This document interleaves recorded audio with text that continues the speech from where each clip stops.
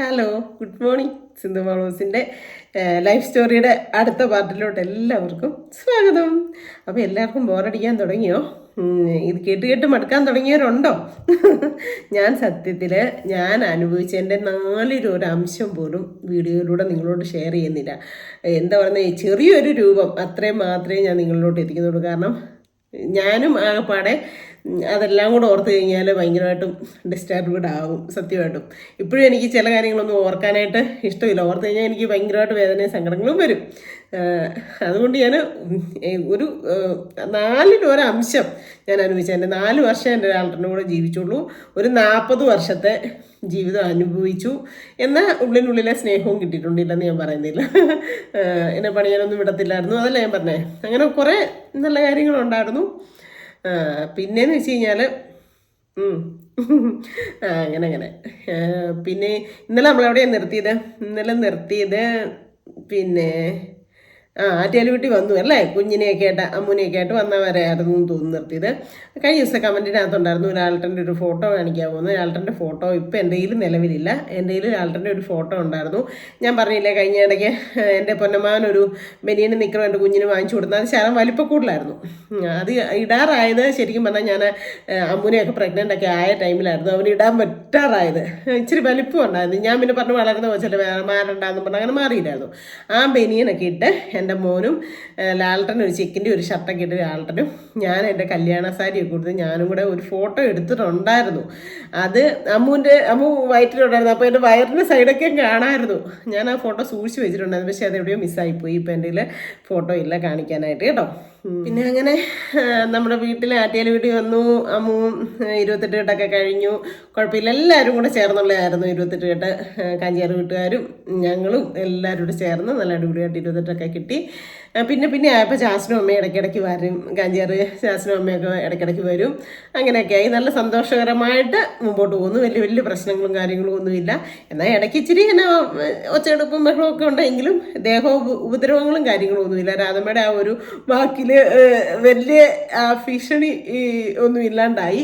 കുറേ ഒരു പരിധി വരെ കേട്ടോ. അതാ ഞാൻ പറഞ്ഞത്, നമ്മളുണ്ടല്ലോ, നമ്മളെ ഒരു മനുഷ്യനിപ്പോൾ എന്തെങ്കിലും ആരും ആയിക്കോട്ടെ, നമ്മളിപ്പോൾ ഒരു ബസ്സിൽ യാത്ര ചെയ്യുക. അപ്പം നമ്മളെ ഇപ്പം എല്ലാവർക്കും ഒരു ഇതുണ്ട്, ഒന്ന് തോണ്ടാം, ഒന്ന് മുട്ടാം, അങ്ങനെയൊക്കെ ഉള്ളവരും ഉണ്ട്, ഇല്ലാത്തവരും ഉണ്ട്. ഇല്ലാത്തവരെ ഈടെ കുടുക്കിയത് നമ്മൾ കണ്ടത് അതല്ല ഞാൻ ഉദ്ദേശിച്ചത്. അല്ലാതെ അങ്ങനെയുള്ള ആൾക്കാരില്ലേ. അപ്പം അങ്ങനെയൊക്കെ ഉള്ള ആൾക്കാരുടെ അടുത്താണെങ്കിലും നമ്മൾ പേടിച്ച് മാറി നിൽക്കുക. അല്ലെങ്കിൽ ആരെങ്കിലും കാണുമല്ലോ കേൾക്കുമല്ലോ എന്നൊക്കെ ഓർത്ത് നമുക്ക് ടെൻഷൻ ആവാണ്ട് നമ്മളുണ്ടല്ലോ ശരിക്ക് തിരിഞ്ഞിട്ട് നല്ല കുറപ്പിച്ച് അവൻ്റെ കണ്ണി തന്നെ ഒരു 2-3 മിനിറ്റ് നോക്കാമെങ്കിൽ ഉണ്ടല്ലോ പിന്നെ ഒന്നും തോണ്ടത്തില്ല. സത്യമല്ല, നിങ്ങൾ പരീക്ഷിച്ച് കഴിക്കുമോ? അത് നമ്മൾ സ്ട്രോങ് ആകേണ്ടടുത്ത് സ്ട്രോങ് ആകണം. പക്ഷേ ഇപ്പം ഞാൻ ചിന്തിക്കും, ദൈവമേ ആൾട്ടർ അത്രയും വഴക്കൊക്കെ ഉണ്ടാക്കിയപ്പോൾ ഞാൻ ഇച്ചിരിയെങ്കിലും ഒരു ധൈര്യമൊക്കെ കാണിച്ചിരുന്നെങ്കിൽ ഇന്നേൻ്റെ കൂടെ ചിലപ്പോൾ ആൾട്ടൻ ജീവനോടെ കണ്ടേനെന്ന് സത്യമായിട്ട് ഞാൻ ചിലപ്പോൾ ചിന്തിക്കുന്ന കാര്യങ്ങളാണ്. പക്ഷേ പറ്റിയില്ല, പോയി. അങ്ങനെ ആറ്റിയാൽ വീട്ടിൽ വന്ന് താമസമൊക്കെ തുടങ്ങി. വലിയ കുഴപ്പങ്ങളും കാര്യങ്ങളൊക്കെ ഇല്ലാണ്ട് പോയിക്കൊണ്ടിരിക്കും. അതിനിടയ്ക്ക്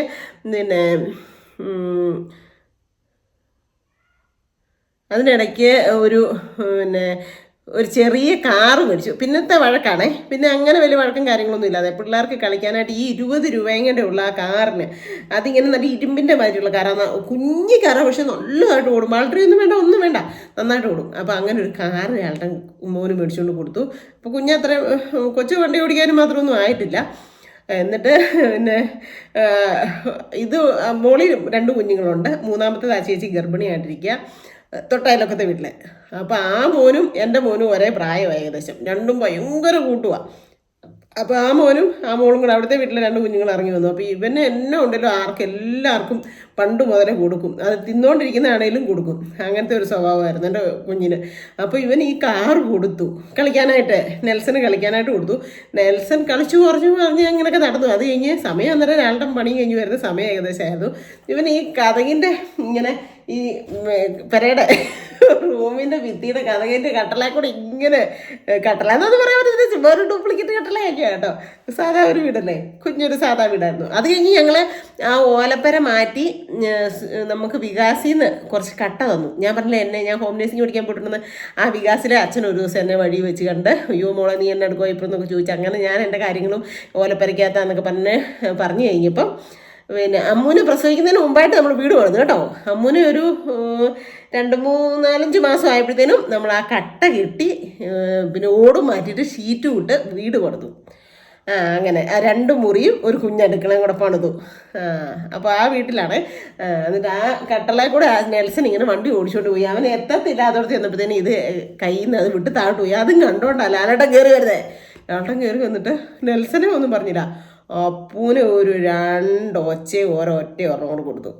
സൂക്ഷിക്കേണ്ടയുടെ ഒരു സാധനം മേടിച്ച് തന്നാലെന്ന് ചോദിച്ചു. ഈ നെൽസൺ കാറിക്കൊണ്ട് കയറി ഓടി, പെണ്ണും നിത്യമോളും കയറി കാറിക്കൊണ്ട് ഓടി. അപ്പോൾ എൽസി ചേച്ചി ഒത്തി തന്നെ നന്നത്തേനും ഞാൻ മനുഷ്യൂടാട്ടാ, മനുഷ്യൻ കേൾക്കിയല്ലേ, പോട്ടെ കേട്ടാ, അതുകൊണ്ടും കുഞ്ഞുങ്ങളല്ലേ, ഒന്നും പറ്റിയില്ലല്ലോ, ഇരുമ്പിൻ്റെ കാര്യം അതായതുകൊണ്ട് ഒന്നും പറ്റിയില്ല.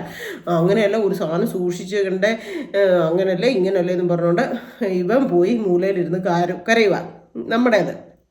എന്നിട്ട് ഞാൻ അന്നേരത്തിനും അത് എന്നതാ മനുഷ്യൻ എന്നെ ഓർക്കും, അങ്ങനെ ഇങ്ങനെ ആ കൊച്ചുങ്ങൾ കാറിക്കൊണ്ട് ചെന്നപ്പോൾ എന്നെ ഓർത്തിട്ടുണ്ട്. എന്തിനാ അത്, ഈ പണിയും കഴിഞ്ഞ് അടുത്ത് വന്നേതല്ലേ, ദേഷ്യം അല്ലെങ്കിലും ഭയങ്കര ദേഷ്യം, മുൻകൂർ കലിയാണെങ്കിൽ ദേഷ്യമാണ്. എന്നിട്ട് അന്ന് എൻ്റെ നേരെ കിടന്നുകൊണ്ട് കുറേ ഒച്ചയൊക്കെ വെച്ചു, 1-2 പിച്ചൊക്കെ തന്നു. അതിൻ്റെയൊക്കെ പാടിപ്പോഴും ഇവിടെയുണ്ട്. 1-2 പിച്ചൊക്കെ തന്ന് വലിയ കുസ്തി പിടിച്ചില്ല. അങ്ങനെ ഒരു ചെറിയ രീതിയിൽ ഒരു വഴക്കൊക്കെ അങ്ങ് കഴിഞ്ഞേ. അത് കഴിഞ്ഞ് പിന്നെയെന്ന് പറഞ്ഞു കഴിഞ്ഞാൽ നമ്മുടെ വീടിൻ്റെ സൈഡിൽ മഴക്കാലം ആകാറായേ. അപ്പം മുകളിൽ തുടങ്ങി വെള്ളം ഒഴുകി വരും. അപ്പം തൊട്ടപ്പുറത്തെ വീട്ടുകാരെന്നെ എന്ന് ചോദിച്ചു കഴിഞ്ഞാൽ അവരുടെ വെള്ളം വന്ന് വീഴാൻ വേണ്ടിയിട്ട് അവർ വഴിയുടെ സൈഡിൽ കുഴി കുഴിച്ചു വെച്ചു. അപ്പോൾ ഈ കുഴി കുഴിച്ചു വെച്ചതിൻ്റെ വരമ്പത്തൂടെയാണ് നമുക്ക് നമ്മുടെ വീട്ടിലോട്ട് പോകാനുള്ള വഴി. പണ്ട് മുതലുള്ള വഴിയല്ല, അതിപ്പോൾ ഉണ്ടാക്കിയ വഴിയൊന്നുമല്ല, നമ്മൾ സ്ഥലം മേടിക്കുന്നതിന് മുമ്പൊക്കെ വർഷങ്ങൾക്ക് മുമ്പുള്ള വഴിയാണ്. അവർ ആ വഴി ചേർത്ത് അരിഞ്ഞ് ഇങ്ങനെ കുഴി കുത്തി വെച്ചു. കാണിച്ചത് മഹാമോശത്തരമാണ്. പക്ഷേ നമുക്ക് അലക്കുംകാരോട് അവരുടെ പറമ്പിൽ പോയി ചെയ്ത് വെച്ച് എന്തിനാന്ന് ചോദിക്കാനുള്ള നമുക്ക് അതിനുള്ളിത്തില്ലല്ലോ. ഇവൻ എന്നാ ചെയ്യുന്നത് വെച്ചാൽ കൊച്ചഴിഞ്ഞ് മോളെ പോകാറൊന്നും അല്ല, കുഞ്ഞല്ലേ, ഈ 1 വയസ്സൊക്കെ ആയതല്ലേ ഉള്ളൂ. ഇവൻ എന്നാ ചെയ്യുന്നു ചോദിച്ചാൽ ഇവൻ കണ്ണ് തിരിഞ്ഞ 1.5 താഴെ തടിക്കക്കാരനെ വിട്ടിട്ട് അവിടെ പിയേ എന്നെ എടുത്തോണ്ട് പോടി പിയേ. അത് ഈ കഴിഞ്ഞ ദിവസം കൂടെ പ്രിയ പറയായിരുന്നു, എൻ്റെ ദൈവമേ എന്നെ എടുത്തോണ്ട് പോടി പിയേ എന്ന് പറഞ്ഞുകൊണ്ട് വിളിക്കുമായിരുന്നു മോളിൽ നിന്നുകൊണ്ട്. മുത്തിയേട്ടായിയേ, കുട്ടൻ ചേട്ടായിയേ, വാടാ എന്നെ എടുത്തോണ്ട് പോടാ. പിന്നെ ആയപ്പോൾ ഇവന് തന്നെ പോകാൻ പേടിയിരുന്നായി. അവൻ തന്നെ പോകാൻ തുടങ്ങി താഴത്തെ വീട്ടിലേക്ക്. അങ്ങനെ പോകുമ്പോൾ ഈ മഴ പെയ്ത് ഈ വെള്ളം നിറഞ്ഞു കിടക്കുക ഇതിനകത്ത്. അപ്പോൾ കൊച്ചെങ്ങാനും അതിനകത്ത് വീണ ആപത്ത് വരും. അത് ഓർത്തുകൊണ്ട് ലാലേട്ടന് പേടിയായി. അതാ ഞാൻ പറഞ്ഞ ജീവനാണ്, ഞങ്ങളെ സ്നേഹവും കാര്യവും ജീവനുമാണ് താനും. എന്നിട്ട് ആ ചേട്ടനോട് പറഞ്ഞു, ചേട്ടാ ഈ വഴി ഇങ്ങനെ കുഴി കുഴിച്ച് വെക്കാൻ പറ്റത്തില്ല, ഇത് മൂടണമെന്ന് പറഞ്ഞു. അപ്പോൾ ആ പുള്ളി പറഞ്ഞു, നീ നിൻ്റെ പണി നോക്കണം, ഇത് എൻ്റെ പട്ടയം ഭൂമിക്കകത്താന്ന് പറഞ്ഞു. അങ്ങനെ ഇത് മഴവെള്ളം വന്ന് വീഴാൻ വേണ്ടിയിട്ട് അവനോട് കുഞ്ഞുങ്ങളെ ചേട്ടാ കൊച്ചു വന്ന് വീഴുമായിട്ടാന്ന് മര്യാദയ്ക്ക് പറഞ്ഞു. എന്നാത്തിനും പറഞ്ഞാൽ അവനവൻ്റെ മക്കളെ അവനവൻ വളർത്തനോട് അതിലേലും ഇവിടെ എടുത്തെന്ന് പറഞ്ഞു. അപ്പം അന്നേരം ഒന്നും പറഞ്ഞില്ല, കാരണം പൂസില്ല, കള്ളു കുടിച്ചിട്ടില്ല, രാവിലെയാണ്. എന്നിട്ട് അന്നേരം ഒന്നും പറഞ്ഞില്ല. പിറ്റേ ദിവസമാണോ അതിൻ്റെ പിറ്റേ ദിവസമാണോ 2-3 ദിവസം കഴിഞ്ഞെന്ന് തോന്നുന്നു. അത് കഴിഞ്ഞ് പണിയില്ല, ഒരു ഞായറാഴ്ച ദിവസമാണ്. അപ്പം നമ്മുടെ തോട്ടയാലി താഴത്തെ വീട്ടിൽ അവരുടെ അവിടുന്ന് പാല് മേടിക്കുന്നതും വിറക് തരുന്നതും തേങ്ങ തരുന്നില്ല. എൻ്റെ പൊന്നെ ഞാൻ ഇപ്പോഴും എടുത്തെടുത്ത് പറയാം, കുഞ്ഞമ്മ ചേച്ചി, തോട്ടയാലിലെ സിമിലി ചേച്ചി, വരിക്കാനിക്കലെ മമ്മി, വരിക്കാനിക്കലെ ചേച്ചി, രാജചേട്ടൻ, പപ്പാച്ചി, അപ്പുറത്തെ ചിന്നമ്മയും ജോയിച്ചേട്ടൻ പപ്പായും, അങ്ങനെ ആ ഒരു പ്രദേശത്തുള്ളവരുണ്ടല്ലോ, ശരിക്കും ഞങ്ങളെ അത്രയും അവരുടെ വീട്ടിലെ അംഗത്തെ പോണൊക്കെ ഞങ്ങളെ സംരക്ഷിച്ചു കൊണ്ടിരുന്നത്. ഇൻട്രിയപ്പോൾ ഉണ്ടാക്കിയാലും പെസഹായ്ക്കും ഈസ്റ്ററിനും ക്രിസ്മസിനും എല്ലാം ഞങ്ങൾ ഈ വീടുകളിലൊക്കെയാണ്. സമ്മതിക്കാമല്ലോ അവരല്ലെങ്കിൽ എല്ലാവരും ഞങ്ങളെ വന്ന് തലേദിവസം വിളിച്ച് കൊണ്ടുപോയി എല്ലാം ഉണ്ടാക്കി പിറക്കി ഭയങ്കര സ്നേഹം. അത്രയും ഒരു സ്നേഹത്തിലാണ് അവിടെ പോകുന്നത്. പക്ഷേ ഈ ഒരു വീട്ടുകാർ മാത്രം ഒരു സുഖവുമില്ല. എന്നിട്ട് അപ്പം ഞായറാഴ്ച ദിവസമാണ് ലാലേട്ടനെ ഇത് തോട്ടിയാലിലെ ലാലിച്ചൻ ചേട്ടൻ്റെ വീടിന് കുറ്റിവയ്യ. അപ്പോൾ ലാലേട്ടൻ ഇറങ്ങി ചെന്നു. അപ്പുവാശാരി സ്ഥാനം കാണാനായിട്ട് വന്നു. നമ്മുടെ അയലൊക്കെ തന്നെയുള്ള നമ്മുടെ വീട് പണിതപ്പോഴും അപ്പുവാശാരി തന്നെയാണ് സ്ഥാനം കണ്ടത്. എന്നിട്ട് വീടിന് സ്ഥാനം കാണാൻ ചെന്നു. അപ്പോഴത്തേനും അവിടെ എല്ലാവരും ഉണ്ട്. അപ്പോഴത്തേനും ആരെങ്കിലും ഒരാൾ കുറ്റി വെട്ടിക്കൊണ്ട് വരാൻ പറഞ്ഞു. അപ്പം ലാലേട്ടൻ ചാടി കയറി പ്ലാവേന്ന് കുറ്റി വെട്ടി പാലൊഴുകുന്ന ഇത് വേണമെന്ന് പറഞ്ഞാൽ പ്ലാവെ കയറി കുറ്റിയൊക്കെ വെട്ടിക്കൊണ്ട് കൊടുത്തപ്പോഴത്തേനും അപ്പുവാശാരി പറഞ്ഞത് എന്തോ ഒരു ശരിയല്ലായികയാണല്ലോ കാണുന്നതെന്ന്. ലാലേട്ടൻ മരിച്ചു കഴിഞ്ഞപ്പോൾ ഇതൊക്കെ ഇവരൊക്കെ പറയുന്നത് ഒരു ശരിയല്ലായികയാണല്ലോ കാണുന്നതെന്ന് പറഞ്ഞേ. എന്നിട്ട് പിന്നെ അവരതൊന്നും വെച്ചില്ല. പിന്നെ അവരുടെ വീട്ടിൽ ഈ പറഞ്ഞ കണക്ക് എന്നാ പറയുന്നത്, അന്നൊരു നല്ല ദിവസമായതുകൊണ്ട് ഇങ്ങനത്തെ കാര്യങ്ങളൊക്കെ നോക്കുമ്പം മദ്യവും ഫുഡും കാര്യങ്ങളും ഒക്കെ ഉണ്ടല്ലോ. അപ്പം അവിടെ അതൊക്കെ ഉണ്ടായിരുന്നു. ലാലേട്ടന് കൊടുന്നതെല്ലാം കഴിച്ചു. ലാലേട്ടനെ അവർക്ക് എല്ലാവർക്കും ഇഷ്ടമായിരുന്നു. ആ പരിസരക്കാർക്ക് മൊത്തം ജീവനായിരുന്നു. എന്നിട്ട് ഒരു ഉച്ചയായപ്പോൾ എന്നിട്ട് ഈ ലാൽട്ടൻ പോയിട്ടുണ്ടല്ലോ, ഞാൻ അന്ന് രാവിലെ കാപ്പിക്ക് അടയാണ് ഉണ്ടാക്കിയത്. ലാൽട്ടൻ ഇപ്പം വരുമല്ലോ എന്ന് പറഞ്ഞ് ഞാൻ തിന്നായിരിക്കുക. ഞാൻ ലാലേട്ടൻ വരുന്നോടം വരെ ഞാൻ കഴിക്കാതിരിക്കുമെന്ന് കാഞ്ചാറുകുട്ടി വെച്ചാണ് അമ്മ എപ്പോഴും എന്നോട് പറയാറുണ്ട്, എൻ്റെ മോനെ അവൻ വന്നിട്ട് തിന്നോളൂ, നീ കഴിക്കാൻ പറയുമായിരുന്നു. പക്ഷേ ഞാൻ ലാൽട്ടൻ വരുന്നോടം വരെ ഇരിക്കും. വന്ന് കഴിയുമ്പോൾ ഉണ്ടല്ലോ സ്വഭാവം മോശമാണെങ്കിൽ അന്നത്തെ നമ്മുടെ തീറ്റ തിന്നു. എന്നിട്ട് അടിയും പിടിയും ബഹളവും ഒരു നീക്ക് ചാർത്ത് തന്നിട്ട് പിന്നെ തീറ്റിക്കാൻ ചെയ്യും. അടുത്ത് വന്ന് ഇന്ന് വേണ്ട, തിന്നിട്ട് കിടന്നാൽ മതി, തിന്നിട്ട് വന്ന് ഊടുപാട് ഇടിക്കും. എന്നിട്ട് തീറ്റ തരും. ശരിക്കും പറഞ്ഞാൽ ഒരു പട്ടീനെ കെട്ടിയിട്ടിട്ട് അടിച്ചു കഴിഞ്ഞിട്ട് തീറ്റ കൊടുക്കുകയല്ലേ യജമാൻ.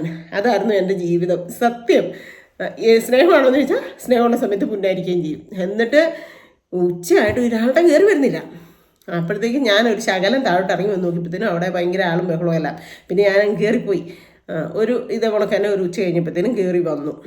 കയറി വന്നിട്ട് ഞാൻ ചോറ് വേണ്ടേ ചേട്ടാ, ചേട്ടായിന്ന് ഇതിനെയാണ് വിളിക്കുന്നത്, ചോറ് വേണ്ടേ ലാൽട്ടാന്ന് ചോദിച്ചു. അന്നേരം പറഞ്ഞു പിന്നെ വേണ്ടടി ഞാൻ അവിടെ നിന്ന് കഴിച്ചെന്ന് പറഞ്ഞു. ഞാൻ പറഞ്ഞു ഇത് കണ്ടോ, നമുക്ക് രണ്ടിനും ഉള്ള അട ഉണ്ടാക്കിയതായിരിക്കുന്നത്, ഞാൻ കഴിച്ചില്ല, നിങ്ങളിപ്പം വരുമെന്ന് പറഞ്ഞു. ഞായറാഴ്ച ഒരു ദിവസമല്ലേ നിങ്ങൾ ഇവിടെ ഉള്ളൂ, ആ സമയത്ത് ആൾട്ടർ വരുമല്ലോ എന്ന് പറഞ്ഞ് ഞാൻ കഴിച്ചു. എടി അത് അവിടെ നിന്ന് ഞാൻ കഴിച്ചു, കാപ്പിയും കുടിച്ചു, ചോറും കഴിച്ചെന്ന് പറഞ്ഞു. എന്നിട്ട് എന്നാൽ നീ കഴിക്കേ എന്ന് പറഞ്ഞു. അപ്പം എനിക്ക് വിശപ്പും ചത്തു, സങ്കടവും വരുന്നു. ലാൽട്ടൻ വന്നില്ലല്ലോ ആ സമയത്ത്, അതൊരു ചെറിയ വിഷമവും സങ്കടവും കുശുമ്പും ഒക്കെ ഉണ്ട്. അന്നേരത്തെ എന്നോട് പറഞ്ഞു കഴിച്ചിട്ടില്ല നേരം കൊടുത്തൊരു സാധനം. അന്നത്തെ എന്നോട് പറഞ്ഞു ഞാനേ ഉപ്പുപാറ വരെ പോകാമെന്ന് പറഞ്ഞു. ഞാൻ എന്തിനാ ഇനി ഉപ്പുപാറയ്ക്ക് പോകുന്നത് ചേട്ടാ, ഇപ്പം ഇനി എന്താ ആവശ്യമാണ് പോകുന്നത്? അത് എനിക്ക് ശേഖരൻ്റെ 2 കൊടുക്കണമെന്ന്. അപ്പം ഞാൻ ചോദിച്ചു ഏത് ശേഖരൻ്റെ? അപ്പുറത്ത് അറിയാനുണ്ട്. ഞാൻ പറഞ്ഞു എൻ്റെ ദൈവമേ, അപ്പൻ്റെ അത്രയും പ്രായമുണ്ട്, ഇത് കാഞ്ചിയാറല്ല സ്ഥലം. രാധമ്മ പറഞ്ഞ് ഓർക്കുന്നുണ്ടോ നിങ്ങൾ?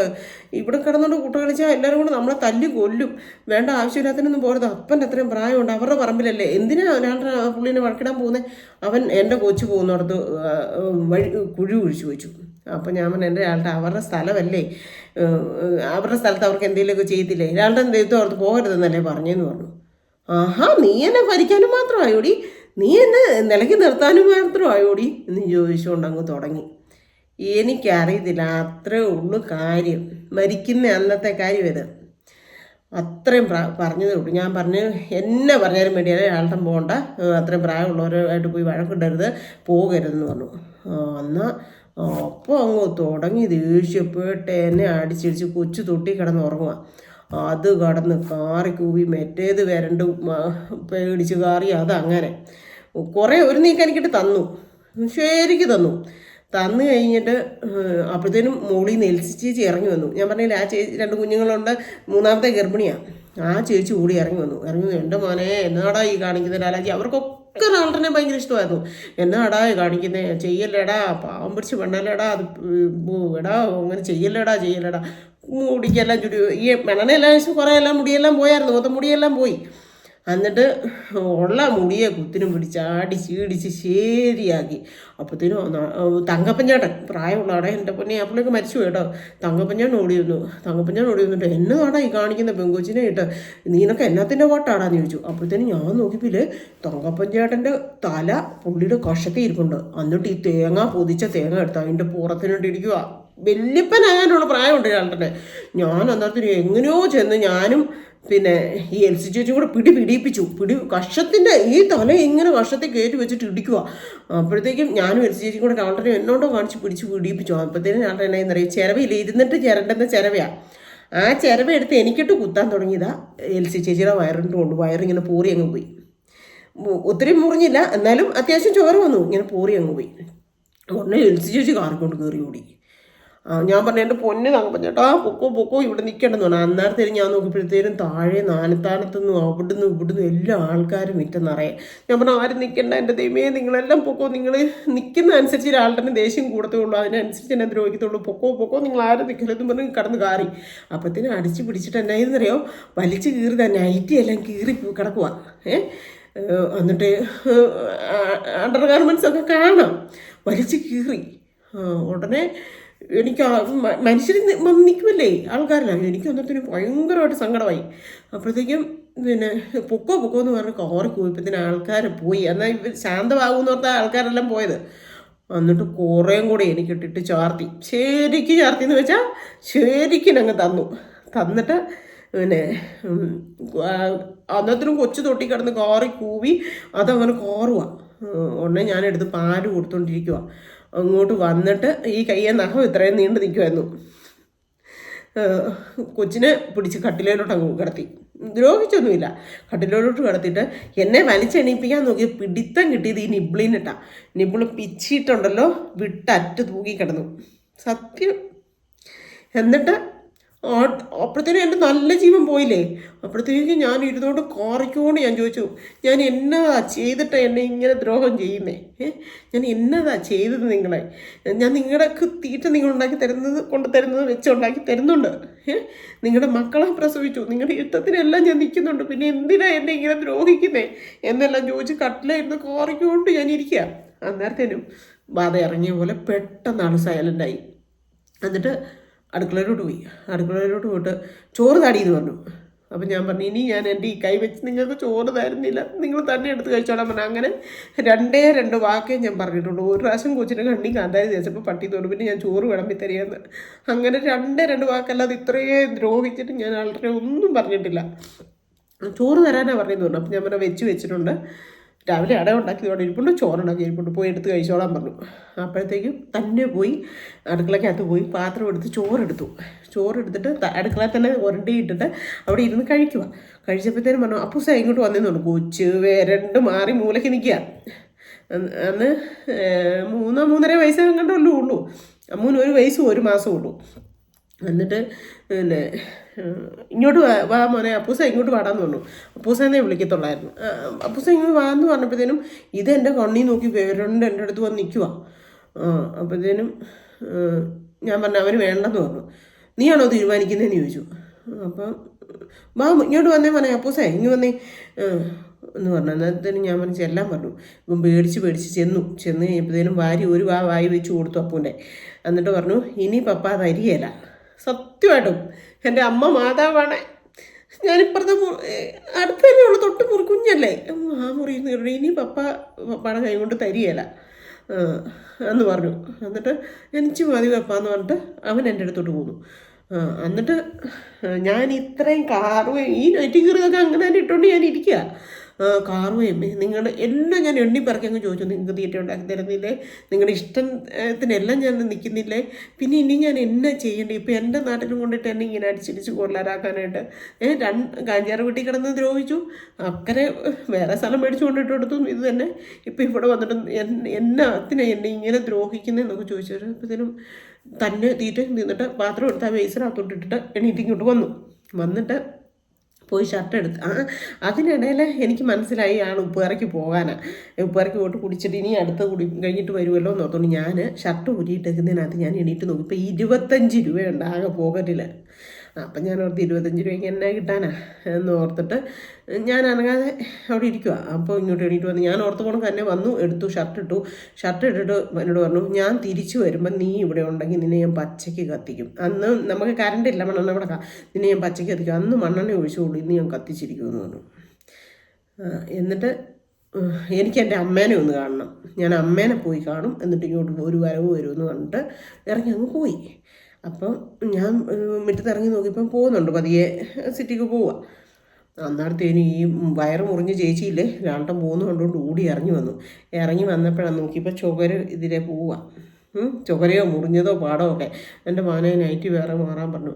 ഞാൻ എന്നിട്ട് നൈറ്റ് വേറെ ഇട്ടു പറഞ്ഞു, എൻ്റെ പൊന്നുമാനെ എനിക്ക് പറ്റിയല്ല, എന്നാലും വേണ്ടിയല്ല ഞാൻ ഈ കൊച്ചിനെ എടുത്തുകൊണ്ട് നിൻ്റെ വീട്ടിൽ കൊണ്ടുവിടാം, നീ കയറി വാ, ഇവിടെ നിൽക്കണ്ട, അവൻ ഇനിയും വന്ന് നിന്നെ കൊല്ല ചെയ്യും, വാ നിന്നോടാ പറഞ്ഞു. ഞാൻ പറഞ്ഞില്ലേ ചേച്ചി, ഞാൻ ഒരിടത്തോട്ട് പോകുന്നില്ല, ഞാൻ ഇവിടെ നിൽക്കുക, ഒരിടത്തോട്ടും പോകുക. അപ്പോൾ ഇതൊന്നും ആരും അറിയുന്നില്ല, രാധമ്മയും അവരൊക്കെ പണിയാൻ പോയേക്കുക, പകലല്ലേ, ആരുമില്ല. അന്നേരം സമയം രാത്രി അത്രയും ആടിയടി മഴക്കം കഴിഞ്ഞ് പോകുമ്പോൾ ഒരു 6 മണിയൊക്കെ ആയി. അപ്പം അവൻ പോയിട്ട് വന്നാൽ ഇനി ഈ രാത്രി കിടന്ന് അടിയും പിടിയും മഴക്കുണ്ടാക്കാൻ നിന്നോട് പറയുന്ന കേൾക്കുമാനെ, എൻ്റെ പൊന്നുമാനല്ലേ പറയുന്ന കേൾക്കാന്ന് പറഞ്ഞുകൊണ്ട് എൽസി ചേച്ചി. എന്നിട്ട് എനിക്ക് എടുത്തുകൊണ്ട് നടക്കത്തില്ല, അത്രയ്ക്കൊരു പരുവാക്കി എന്നെ. എനിക്ക് അമ്മൂനെ എടുത്തുകൊണ്ട് ഒരടി നടക്കത്തില്ല. എന്നിട്ട് ആ ചേച്ചിയുടെ വീട്ടിൽ ആ ചേച്ചിയുടെ ചേട്ടൻ്റെ മോള് ചക്കരയെന്ന് പറഞ്ഞൊരു കൊച്ചുണ്ട്, അതിൻ്റെ അടുത്ത് അവരുടെ കുഞ്ഞുങ്ങളെ 2നെ ആക്കിയിട്ട് എൻ്റെ അമ്മൂനെ എടുത്തു. ആ ചേച്ചി ഗർഭിണിയാണ്, അമ്മൂനെ എടുത്തു. എന്നിട്ട് അപ്പൂനെ കയ്യേലും പിടിച്ചുകൊണ്ട് എന്നെയും കയറ്റിക്കൊണ്ട് വീട്ടിൽ കൊണ്ടുവന്നിട്ട് പറഞ്ഞു, എൻ്റെ അന്നേരം വീട്ടിലാരാ ഉള്ള? ചാച്ചനും അമ്മയും അമ്മയില്ല, ചാച്ചനും അമ്പിളി ആശയേ ഉള്ളൂ. സന്തോഷ് വണ്ടിപ്പണിക്ക് പോയേക്കുന്നു. മൂത്ത ആങ്ങളയുടെ കാലയിൽ ഈ മുരിക്കുമുള്ളും ഉണ്ട്. അത് സെപ്റ്റിക്കായി. ഒരു 3-4 ദിവസം മുമ്പേങ്ങാണ്ട് കൊണ്ടിട്ട് പഴുത്ത് 2-3 ദിവസമായിട്ട് കുട്ടായിനെയും കൊണ്ട് ആശുപത്രി കിടക്കുക എൻ്റെ അമ്മയാണ് രാത്രി കൂട്ടിന് പോകുന്നത്. പകൽ മോളമ്മ പോയി നിൽക്കും, കുഞ്ഞില്ലേ. അപ്പം അമ്മ രാത്രി പോയി നിൽക്കും. അങ്ങനെ അമ്മ അവിടെ കുട്ടാനെടുത്ത നമ്മുടെ ഉപ്പതറ ഗവൺമെൻറ് ആശുപത്രി. അന്ന് കിടപ്പ് രോഗികളും നല്ല വലിയ ആശുപത്രിയൊക്കെ ആയിരുന്നു അന്നേരം. അല്ല, ഡോക്ടർമാരും ഒക്കെ ഉണ്ട്, നല്ല ചികിത്സയുള്ള ടൈമായിരുന്നു. എന്നിട്ട് അപ്പം ചാച്ചൻ ഇറങ്ങി ഒരു ഇത് എന്നാന്ന് ചോദിച്ചു. എൻ്റെ പൊന്നി പ്രഭാരം ചേട്ടാ, ഇതിനെ കൊല്ലുമായിരുന്നു അവിടെ ഇട്ടുകൊണ്ട് ഞാൻ ഒരു വിധത്തിൽ കൊണ്ടുവന്ന ഇതിനെയും കുഞ്ഞുങ്ങളെയും ദ്രോഹിക്കും അവൻ ഭയങ്കരമായിട്ടും. എനിക്കിട്ടും കിട്ടി എന്നൊക്കെ പറഞ്ഞുകൊണ്ട് എൻ്റെ മുറിഞ്ഞെന്നൊക്കെ പറഞ്ഞു. അയ്യോ ഇത് എന്നാ കഷ്ടമാണെന്നൊക്കെ പറഞ്ഞുകൊണ്ട് ചാച്ചൻ ഒന്നാമതേ വയ്യാത്തതല്ലേ, ഭയങ്കരമായിട്ട് സങ്കടമായി. ആശയപ്പടി എല്ലാം ഭയങ്കര വിഷമമായി. ലാസ്റ്റ് അന്നത്തെ ദിവസം ഞാൻ ഒന്നും തിന്നിട്ടില്ല. ആളുടെ വരാനായിട്ട് അടയൊക്കെ നോക്കിയിരുന്നല്ലേ, തിന്നിട്ടില്ല. പാല് കൊടുക്കുന്ന കുഞ്ഞിന് തളർന്ന് കുത്തി. അതിനിടെ ദേഹം മൊത്തം അടിച്ച് പറിച്ച് വല്ലാത്ത അടിയായിരുന്നു അടിച്ചത്. അടിച്ച് ഒരു പരുവായിട്ട്. എന്നിട്ട് ചാച്ചൻ പറയുന്നുണ്ട്, പെരക്കകത്ത് കയറി കുറച്ച് കഴിയുമ്പോൾ പറഞ്ഞിട്ടുണ്ട്, മാനെ കഞ്ഞി കുടിക്കുക തിന്ന് എന്നൊക്കെ ചാച്ചൻ പറഞ്ഞിട്ടുണ്ട്. പക്ഷേ എനിക്ക് ഇറങ്ങണ്ടേ. ലാൽട്ടൻ എങ്ങോട്ടാണ് പോയേക്കുന്നതെന്ന് എനിക്ക് അറിയത്തില്ല. സമാധാനമില്ലാതെ ഇരുന്നപ്പോഴത്തേനും സന്തോഷം ഒരു 8 മണിയായപ്പോഴത്തേനും വന്നു കേട്ടോ. അവനും ഈ പറഞ്ഞ കണക്ക് എൻ്റെ ജീവനായിരുന്നേ. ഞാനും അവന് ഒരു വയസ്സിൻ്റെ ഇളപ്പമല്ലേ ഉള്ളൂ. ഭയങ്കര സ്നേഹമായിരുന്നു. എന്നിട്ട് എൻ്റെ ഓല കണ്ടിട്ട് അവൻ്റെ കണ്ണെല്ലാം അങ്ങ് നിറഞ്ഞു ഒഴുകി. എന്നിട്ട് എൻ്റെ പൊന്നു സിന്ധു, നിൻ്റെ ജീവിതം എന്നതായത്, എന്നും നിനക്ക് ഈ ദ്രോഹം മാത്രമേ ഉള്ളൂ അളിയൻ എന്നൊക്കെ ചോദിച്ചിട്ട് അവന് സങ്കടം. എന്നിട്ട് അവന് പോകുന്ന എന്നോട് പറഞ്ഞു, നീ കഴിച്ചിട്ട് ചോറ് തിന്ന്. അളിയന് കഞ്ചാറമ്മ എടുത്ത് പോയതായിരിക്കും. നാളെ ആകുമ്പോൾ പാത ഇറങ്ങുമ്പോൾ തന്നെ വന്ന് നിൽക്കും. നീ ചോറുണ്ടെന്ന് പറഞ്ഞാൽ അവനും ഒക്കെ പറയും. അമ്പിളി ആശാന്ന് കുഞ്ഞുങ്ങളല്ലേ. എന്നിട്ട് ഞാൻ കഴിച്ചില്ല, എനിക്ക് കഴിക്കാനൊന്നും പറ്റുന്നില്ല. ലാസ്റ്റ് ഞാൻ അമ്മയുടെ കട്ടിലേക്ക് കയറി അവിടെ കിടന്നു. കൊച്ചുങ്ങളെ കൊണ്ട് ഞാൻ കിടന്നു. അന്നേരം അപ്പു പോയി അമ്പിളിയുടെ ആശയുടെ കൂടെ കിടന്നു. ഞാൻ എൻ്റെ അമ്മൂനെയും കൊണ്ട് അമ്മയുടെ കട്ടിലേലും കിടന്നു. കിടന്ന് ഒരു 10-11 മണിയൊക്കെ ആയപ്പോഴത്തേനും സന്തോഷിൻ്റെ 2 കൂട്ടുകാരൻ ചെറുക്കന്മാർ വന്നിട്ട് മുറ്റത്ത് നിന്നതിനോടൊക്കെ ഇവർ പറയുന്നുണ്ട്. അപ്പം സന്തോഷ് പറഞ്ഞുണ്ട്, എൻ്റെ ദൈവമേ അവൾ അത്രമാത്രം സഹിക്കുന്നുണ്ടായിരുന്നു, ഞങ്ങളോട് പറയാതെ അവൾ ഒത്തിരി അനുഭവിക്കുന്നുണ്ടായിരുന്നൊക്കെ സന്തോഷം പറയുന്നത് എനിക്ക് കേൾക്കാൻ പറ്റുന്നുണ്ട്. അപ്പോഴൊക്കെ എനിക്ക് എന്നാന്ന് അറിയത്തില്ല. ലാസ്റ്റ് അങ്ങനെ കിടന്ന് വെളുപ്പാറായപ്പോൾ ഞാൻ ഉറങ്ങിപ്പോയി. രാത്രി അങ്ങനെ ഉറങ്ങിയിട്ടില്ല, വെളുപ്പാറായപ്പോൾ ഉറങ്ങിപ്പോയി. അപ്പോൾ അമ്മ 5 മണി കൊണ്ട് ആയതുകൊള്ളൂ ഓർത്ത് നോക്കി ആശുപത്രിയിൽ നമ്മൾ വീട്ടിൽ വരുക. എടാ ചാച്ചനോട് വന്നിട്ട് പറയാം, ചാച്ച പിന്നേന്നായിരുന്നു, പിന്നേന്നോ ഒക്കെ ആയിരുന്നു അമ്മ വിളിക്കുന്നത്. പിന്നെ അവൻ മരിച്ചുപോയി, അവൻ വിഷം കഴിച്ചു. പിന്നെ സന്തോഷമോട് പറയാം. അത് കേട്ടോണ്ടാണ് ഞാൻ എണീക്കുന്നത്. അത് സത്യം. എന്നിട്ട് ഞാൻ എണീറ്റിയെന്ന് ചോദിച്ചാൽ എന്നാ അമ്മയെന്ന് ചോദിച്ചപ്പോൾ പറഞ്ഞു, എൻ്റെ മോൻ കരയണ്ട, അവൻ മരിച്ചു, ഇനി ഇതിൽ കൊണ്ടൊന്നും നിന്നെ ചെയ്യാനില്ലല്ലോ, അവൻ തന്നെ വിഷം കഴിച്ച് ചത്തു എന്ന് പറഞ്ഞു. അപ്പം ഞാൻ പറഞ്ഞു, ഇല്ലമ്മേ അങ്ങനെ ആളുടെ ചെയ്യത്തില്ല, ആളുടെ എവിടെയാണെന്ന് പറയുന്നു പറഞ്ഞു. ഞാൻ വലിയ വായി കിടന്ന് കാറി. അന്നേരം പറഞ്ഞു അവനെ രാത്രിയിൽ ഉപ്പുതറ ഗവൺമെൻറ് ആശുപത്രി കൊണ്ടുവന്നു. പക്ഷേ ഞങ്ങൾക്കറിയത്തില്ലോ ആരാ വന്നേക്കുന്നതെന്നൊന്നും ഞങ്ങൾക്കറിയത്തില്ലല്ലോ. എന്നിട്ട് ആശുപത്രിക്കാർ രാത്രിയല്ലേ പിന്നെ കാഞ്ഞിരപ്പള്ളിക്ക് കൊണ്ടുപോകും, സീരിയസ് ആണെന്ന് പറഞ്ഞു. ഇവിടെ എടുത്തിട്ട് കാര്യമില്ല, കാഞ്ഞിരപ്പള്ളിക്ക് കൊണ്ടുപോകണം പറഞ്ഞത്. അപ്പോൾ അവർ കാഞ്ഞിരപ്പള്ളിക്ക് കൊണ്ടുപോയി. അപ്പോൾ ആളാരാ എന്താണെന്ന് അറിയാത്തതുകൊണ്ട് ഞങ്ങൾ വാർഡി ഇങ്ങനെ ആരോട് പറഞ്ഞു വിഷം കഴിച്ച് കൊണ്ടുവന്ന് വന്നിട്ട് കൊണ്ടുകൊള്ളാൻ പറഞ്ഞു എന്നൊക്കെ പറഞ്ഞു. ആരാന്നറിയത്തില്ലല്ലോ എന്ന് പറഞ്ഞു. അത് കഴിഞ്ഞ് പിന്നെ ഈ ലാൽട്ടനെ കൊണ്ട് പോയതാ. ലാൽട്ടൻ എന്നാ ചെയ്തെന്നറിയോ, ലാൽട്ടൻ അമ്മേനെ കാണാനൊന്നും പോയില്ല. ലാൽട്ടൻ ഉപ്പുതറ ചെന്നിട്ട് സ്ഥിരം പണിയേക്ക് പോകുന്ന ആ ചേട്ടനെ വഴി വെച്ച് കണ്ടു. ആ ചേട്ടനോട് പറഞ്ഞു, എനിക്കൊരു 100 രൂപ വേണം ചേട്ടാ, എൻ്റെ കുഞ്ഞുങ്ങൾ ചോറ് തിന്നിയല്ല, അവർ റസ്ക്കും. ശരിയാത്, അതൊക്കെ സത്യമായ കാര്യമാണ്. റസ്ക്കും പലഹാരമേ തിന്നത്തുള്ളൂ. ബേബി റസ്ക് എന്ന് പറഞ്ഞ റസ്ക്കും ടിന്നിനകത്ത് ഇങ്ങനെ മേടിച്ചിട്ട് വെക്കും പലഹാരങ്ങൾ, ചോറ് തിന്നത്തെ, അതൊക്കെ സത്യമാണ്. എന്നിട്ട് റസ്ക്കൊക്കെ മേടിക്കാനാ, പിള്ളേർക്ക് പാൽപ്പൊടിയോ റസ്കോ എന്നാണ്ട് മേടിക്കാനാന്ന് പറഞ്ഞു. അപ്പോൾ പുള്ളി 100 രൂപ കൊടുത്തു. 100 രൂപ കൊടുത്തുകൊണ്ട് പോയിട്ട് എന്നാണ്ട് ഇങ്ങനെ മൂലവെട്ടിന്നോ അങ്ങനെ എന്നാണ്ടാ പറയുന്നത്, ഈ കുടിക്കുന്ന കവറിനകത്തുള്ളൊരു സാധനം കിട്ടുമായിരുന്നു, അത് മേടിച്ചു. എന്നിട്ട് കൃഷിയൊക്കെ ഒരാളുടെ ഭയങ്കര ഇതായിരുന്നു. പാവൽ കൃഷിക്ക് അടിക്കുന്ന വിഷം മേടിച്ചു. മേച്ചേരിക്കട ഒരു വിഷക്കട ഉണ്ടായിരുന്നു, അന്ന് ഉപ്പാറ മേച്ചേരിക്കടയ്ക്കല്ലേ ഉള്ളൂ ഒരു കട വിഷത്തിൻ്റെ. എന്നിട്ട് അവിടുന്ന് പാവലിനടിക്കുന്ന വിഷവും മേടിച്ചിട്ട് വീട്ടിൽ വന്നിട്ട് അപ്പം ഞങ്ങളില്ലല്ലോ വീട്ടിൽ വന്നിട്ട് പിന്നെ ഇത് പകുതി എങ്ങാണ്ട് ഈ മദ്യം കഴിച്ചിട്ട് ഈ പകുതി കഴിച്ചു കഴിഞ്ഞിട്ട് വിഷവും ഒഴിച്ചു, ഈ സാധനം ഒഴിച്ചു 2 ഗ്ലാസ്സിനകത്ത്. 1 ഗ്ലാസ്സിലല്ല 2 ഗ്ലാസ്സിൽ. ഞാൻ ആ പരിസരത്ത് എവിടെയെങ്കിലും കാണും, ഞാൻ വീട്ടിലൊന്നും പോയി എൻ്റെ ആൾക്കാർ തന്നെ അറിയാം. ഈ ചേച്ചി ഇതായതുകൊണ്ടല്ലേ എന്നെ എത്ര അടിച്ചാലും പിടിച്ചാലും ഞാൻ എവിടെയെങ്കിലും പറമ്പിലും ഒക്കെ ഇരുന്നിട്ട് പാതിരാത്രി 2 ഉറങ്ങി കഴിയുമ്പോൾ കയറി ചെല്ലും. കാഞ്ചേരി വീട്ടിലാണെങ്കിലും മറ്റേ വീട്ടിലായിരുന്നപ്പോഴൊക്കെ അതാ പതിവ്. അതാ ഞാൻ പറഞ്ഞത്, ഞാൻ അനുഭവിച്ചതിൻ്റെ 4-1 അംശമേ ഞാൻ പറഞ്ഞിട്ടുള്ളൂ, നീ പറയുന്നുള്ളൂ. എന്നിട്ട് എനിക്കും ഉള്ളത് ഒഴിച്ച് അവിടെ വെച്ചിട്ടുണ്ട് 2 ഗ്ലാസ്സിന്. എന്നിട്ട് ഈ പുള്ളിക്കാരൻ എന്നാ എന്ന് ചോദിച്ചാൽ ഒരെണ്ണത്തിലെ കുടിച്ചിട്ട് ഒരു ശകലമുണ്ട് 1 ഗ്ലാസ്സിൽ. എന്നിട്ട് കട്ടിലേ കയറി കിടന്നു. ബെഡില്ല ഞങ്ങൾക്ക്, പായ. എന്നിട്ട് കട്ടിലേ കയറി കിടന്നു. കുറച്ച് കഴിഞ്ഞപ്പോൾ എന്തോ ഇതൊക്കെ ആയെന്ന് തോന്നുന്നു. അപ്പോൾ ഉരുണ്ട് പടഞ്ഞ് കട്ടിലേലെ പായും സാധനവും എല്ലാം താഴെ കിടപ്പുണ്ട്. എന്നിട്ട് വലിച്ച് കീറി താഴെ കിടപ്പുണ്ട്. വെപ്രാളം പിടിച്ച് വലിച്ച് കീറിയും കണ്ട. അത് കഴിഞ്ഞ് ഉരുണ്ട് പടച്ച് ഈ ലാലുചേട്ടൻ്റെ വീട്ടിൽ കയറി ചെന്നു. ആ ചേച്ചിയുടെ വാരണ്ട് കയറിയില്ലേ, അവരുടെ വീട്ടിൽ കയറി ചെന്നു. കയറി ചെന്നിട്ട് പറഞ്ഞു, എനിക്ക് വിശക്കുവാ, എനിക്ക് ചോറ് തരാൻ പറഞ്ഞു. അപ്പോൾ അവർ പറഞ്ഞു, അയ്യോ കഞ്ഞിയാണല്ലോ ലാലാജി വെച്ചത്, വാ കഞ്ഞി തരാമെന്ന് പറഞ്ഞു. എന്നിട്ട് അകത്ത് കയറ്റി കഞ്ഞി കൊടുത്തപ്പോഴത്തേനും പരവേശം പിടിച്ച് ആക്രാന്തം പിടിച്ച്, സാധാരണ നമ്മൾ കഴിക്കുന്ന പോലെയല്ല, ആക്രാന്തം പിടിച്ചൊരു 3-4 വാരി അങ്ങ് കഴിച്ചെന്ന്. എന്നിട്ട് നിങ്ങൾ കഞ്ഞിയാണോ വെച്ചത്, ചോറ് വെക്കണ്ടേന്ന് ചോദിച്ചെന്ന് ദേഷ്യപ്പെട്ട മാതിരി. എന്നിട്ട് പെട്ടെന്ന് എന്നിട്ട് ആ പാത്രത്തോടെ എടുത്ത് അങ്ങ് കുടിച്ചെന്ന് പറഞ്ഞു. പെട്ടെന്ന് വാരി തിന്നിട്ട് കുടിച്ച് വയറ്റി മൊത്തം ഇറങ്ങിയില്ല. അതിന് മുമ്പേ പെരക്കകത്തുനിന്ന് അങ്ങോട്ട് വാതൊക്കെ ചെന്നില്ല. അതിന് മുമ്പേ അങ്ങ് ഛർദ്ദിച്ചെന്ന് പറഞ്ഞു. ഛർദ്ദിച്ചപ്പം വിഷത്തിൻ്റെ മണം വരുന്നു. അപ്പം ലാലുചേട്ടൻ ചോദിച്ചു, നീ എന്നാ പറ്റിയത്, നിനക്ക് എന്നാ പറ്റിയെന്ന് ചോദിച്ചു. ആ പുള്ളിയുടെ പെണ്ണുപിള്ളയുടെ വരണ്ട് കൊണ്ടുണ്ട്. അത് ഞാനൊക്കെ നല്ല മനുഷ്യനായിട്ടല്ലേ, അല്ലെങ്കിൽ അന്നേരം തന്നെ വെച്ച് കീറിയല്ലേ, സ്വന്തം കുഞ്ഞു വയറ്റി കിടക്കുന്ന മുറിയുമൊക്കെ ചെയ്തെന്ന് പറഞ്ഞാൽ. എല്ലാവരും നല്ല മനുഷ്യരായിരുന്നു ഞങ്ങളുടെ ആ പരിസരക്കാരാ. സത്യം, ഇന്നും അവർക്കെല്ലാവർക്കും ആ ഒരു സ്നേഹമാണ് എന്നോട്, സത്യം ഞാൻ പറയുക. എന്നിട്ട് അപ്പം ഞാൻ വീഡിയോ എടുത്തോണ്ടിരുന്നതിനിടെ അമ്മ വിളിച്ചാൽ, എനിക്ക് ഭയങ്കര ചൂട്, ഞാൻ ഫാനിട്ട് വെച്ചേക്കും, ഒരു രക്ഷയില്ല, സ്വിച്ച് മാറിപ്പോയി. അപ്പം അങ്ങനെ ഭയങ്കര ചൂടെന്ന് വെച്ചാൽ ഭയങ്കര ചൂട് കേട്ടോ. അതായത് ഞാൻ പറഞ്ഞു, എനിക്ക് ചില കാര്യങ്ങളൊക്കെ അതൊക്കെ ഓർക്കുമ്പോഴത്തേനും തന്നെ ഇപ്പോഴും എനിക്ക് BP ലോ ആവുകയൊക്കെ ചെയ്യും. ആ ഒരു അവസ്ഥയിൽ കൂടെയൊക്കെയാണ് ഞാൻ പോയത്. എന്നിട്ട് അമ്മ ഇങ്ങനെ വെളുപ്പിനെ വന്നു, കുട്ടാനെ തന്നെ ആശുപത്രിയിലാക്കിയിട്ട് അമ്മ വന്നു. അതെന്നാന്ന് ചോദിച്ചു കഴിഞ്ഞാൽ, ഈ രാളുടെ എന്നാന്ന് ചോദിച്ചു കഴിഞ്ഞാൽ, ഇങ്ങനെ കഴിച്ചിട്ട് അവരുടെ വീട്ടിൽ കയറി ചെന്നു, കഞ്ഞി കുടിച്ച ഉടനെ ഛർദ്ദിച്ചു. അപ്പോൾ ലാലുചേട്ടൻ ചോദിച്ചു എന്നാടാന്ന് ചോദിച്ചപ്പോഴത്തേനും പറഞ്ഞു, ഞാനിങ്ങനെ ഭക്ഷണം കഴിച്ചെന്നു. അതിനിടയ്ക്ക് ഞാൻ വീഡിയോ എടുത്തുകൊണ്ടിരുന്നതിനിടയിലേ നമ്മുടെ കുമാരിയമ്മ ഇത് പേപ്പറിന് അത് കൊടുത്ത് വിട്ടേക്കുന്നതെന്ന് ഓർക്കല്ലേ, പെട്ടെന്ന് ബോളി ഉണ്ടാക്കിയിട്ട് കൊടുത്തു വിട്ടാൽ നമുക്കത് പേപ്പറിൽ നിന്ന് മാറ്റാവേ. പെട്ടെന്ന് കൊടുത്തു വിട്ടതാ കണ്ണൻ്റെ കയ്യിൽ. ചൂടെ എത്തിക്കാവുള്ളൂ കേട്ടോ. എൻ്റെ പൊന്നെ, ഞാനേ കഴിവതും ഉണ്ടാക്കാതെയും പറക്കാതെ ഇരിക്കുകയാണേ. എന്താണെന്ന് വെച്ചാൽ നമ്മൾ തിന്നും ഉണ്ടാക്കി കഴിഞ്ഞാൽ, അതുകൊണ്ട് ഞാൻ ഉണ്ടാക്കാണ്ടിരിക്കുകയാണ്. അപ്പോൾ ഇപ്പോൾ കുമാരി ചേച്ചി വന്നാൽ പിന്നെ കുമാരി ചേച്ചി എന്നെ സാധനം ഉണ്ടാക്കിയാലും അപ്പോൾ ഇങ്ങോട്ട് കൊടുത്തു വിടിയില്ല ഇപ്പോൾ പരിപാടി. ഞാൻ പറയും എപ്പോഴും എനിക്ക് വണ്ടം കൂട്ടാൻ വേണ്ടിയിട്ട് കുമാരി ചേച്ചി വന്നേക്കാതെ. അവളാണല്ലോ അതെ, സ്മിതയാണെങ്കിലും എന്നാ ഉണ്ടാക്കിയാലും കറിയൊക്കെ ആണെങ്കിലും എന്നാ നല്ല ഉണ്ടാക്കി അന്നേരം ഇങ്ങോട്ട് കൊടുത്തു വിടും. അതുകൊണ്ട് എനിക്ക് എളുപ്പം കേട്ടോ. എന്താ അല്ല, ഇങ്ങനൊരു കുടുംബത്തിൽ ചെന്ന് കയറാൻ പറ്റിയതും ഒക്കെ ഭാഗ്യമാണ്, പറയാതിരിക്കാൻ വരാം.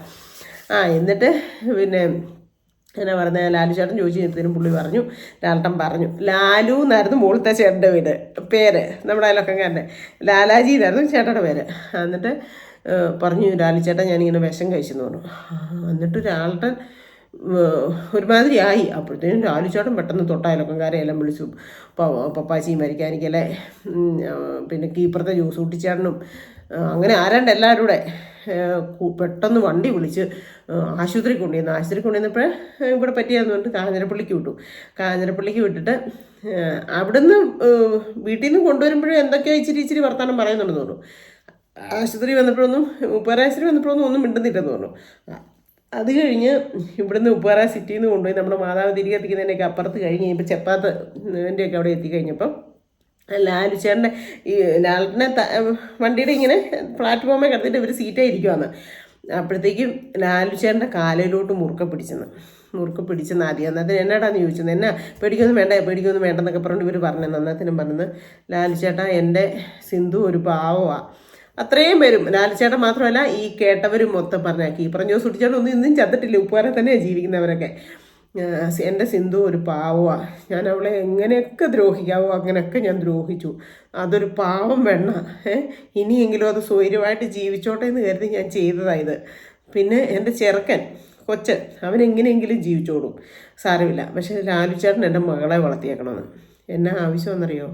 നമ്മൾ എന്നാ പറയുന്നത്, ഒരു സ്ത്രീയും പുരുഷനും കൂടെ സന്തോഷ നിമിഷം കണ്ട് സന്തോഷ ജീവിതത്തിൽ പങ്കുചേരുമ്പോഴുണ്ടാകുന്നതാണ് നമുക്ക് കുഞ്ഞുങ്ങളല്ലേ. ആ കുഞ്ഞുങ്ങളെ നമ്മൾ ജനിപ്പിച്ചിട്ട് വല്ലവരോടും വളർത്തിക്കോളാൻ പറയുന്നത് എത്ര അന്തസ്സും എത്ര അഭിമാനമാണ്. ചാവുന്നവർക്ക് ചാകാം, വിഷം കഴിക്കുന്നവർക്ക് കഴിക്കാം, മരിക്കുന്നവർക്ക് മരിക്കാം. പക്ഷെ ബാക്കിയുള്ള പിന്നീടാണ് അനുഭവിക്കുന്നത് അല്ലേ? സത്യമല്ലേ? എന്തുമാത്രം തരണം ചെയ്ത് പോകണം ഒന്ന് കഴിഞ്ഞു പോകണമെങ്കിൽ. എത്ര കുടിയനാണേലും എത്ര വഴക്കാളിയാണേലും ആണൊരുത്തം കൂടെ ഉണ്ടല്ലോ, നമുക്ക് അത്ര ഒരു ധൈര്യവും പവറുവാണ്. എന്നിട്ട് അപ്പോഴത്തേന് ശരി ശരി, നീ ഒന്നും വിഷമിക്കണ്ട പേടിക്കണ്ടെന്നൊക്കെ ഇവർ മൂന്നാല് പേര് ജീപ്പനുണ്ട്. അത് ഒന്ന് ഇപ്പുറത്തെ ജോസൂട്ടി ചേട്ടന് ലാലുചേട്ടന്, പിന്നെ ആരാന്ന് ഞാൻ ഓർക്കുന്നില്ല, പപ്പാച്ചിയും തോട്ടിയല്ലേ തൊമ്മനൊക്കെയാന്ന് തോന്നും.